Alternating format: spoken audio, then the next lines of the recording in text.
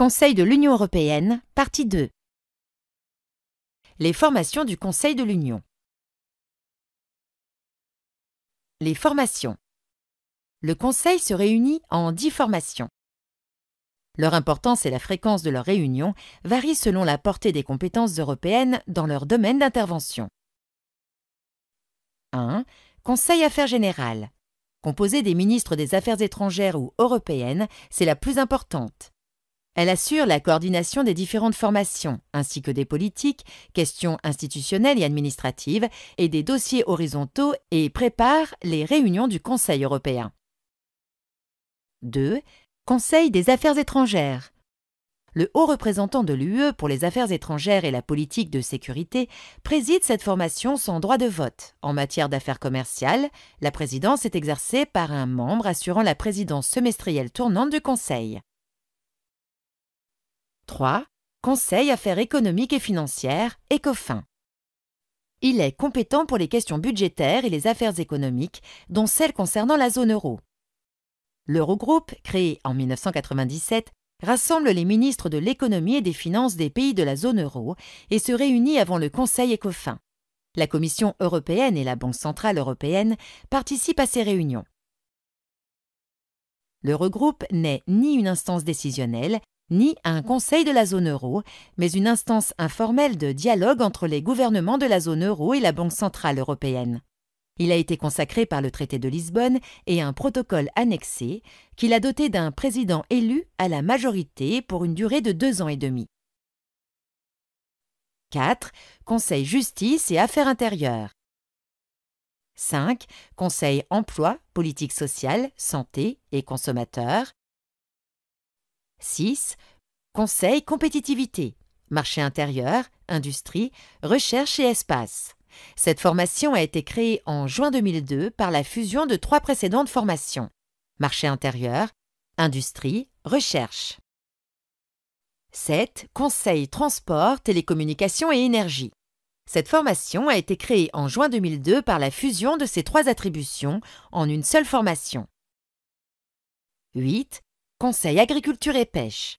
C'est l'un des plus anciens conseils qui regroupe les ministres de l'Agriculture et de la Pêche.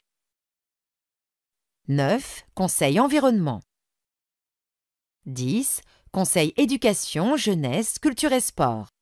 À la différence de la Commission et du Parlement européen, la composition du Conseil est donc variable. Il incombe à chaque État membre de déterminer sa représentation au sein du Conseil. Plusieurs ministres peuvent être désignés en tant que titulaires à une même formation du Conseil. Un secrétariat général, placé sous la responsabilité d'une secrétaire générale, assiste le fonctionnement du Conseil. Le secrétariat général est organisé en direction générale à compétences générales ou sectorielles, en services et unités. Le secrétariat général participe aux sessions du Conseil. Il est nommé par le Conseil à la majorité qualifiée.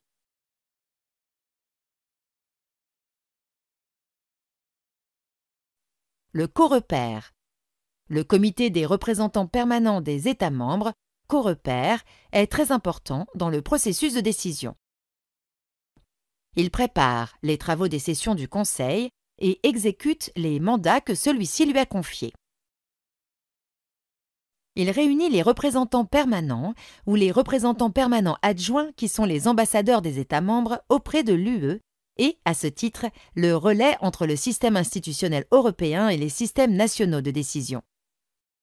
Tous les points inscrits à l'ordre du jour d'une session du Conseil font l'objet d'un examen préalable du Coreper, sauf décision contraire de sa part ou du Conseil.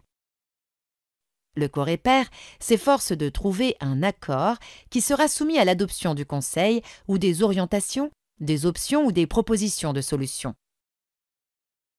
Le Coreper 2 réunit des représentants permanents des États membres. Il prépare les travaux de 4 formations du Conseil: Affaires générales, Affaires étrangères, Affaires économiques et financières, et Justice et Affaires intérieures, ainsi que certains volets de la politique agricole et les dossiers afférents à la politique commune de la pêche. Le Coreper 1 réunit des représentants permanents adjoints et prépare les travaux de 6 autres formations du Conseil. En matière de politique de sécurité et de défense commune et de politique étrangère, Les travaux du Conseil sont préparés au sein du Comité politique et de sécurité, COPS, sous présidence d'un délégué du haut représentant, à l'exception des affaires commerciales.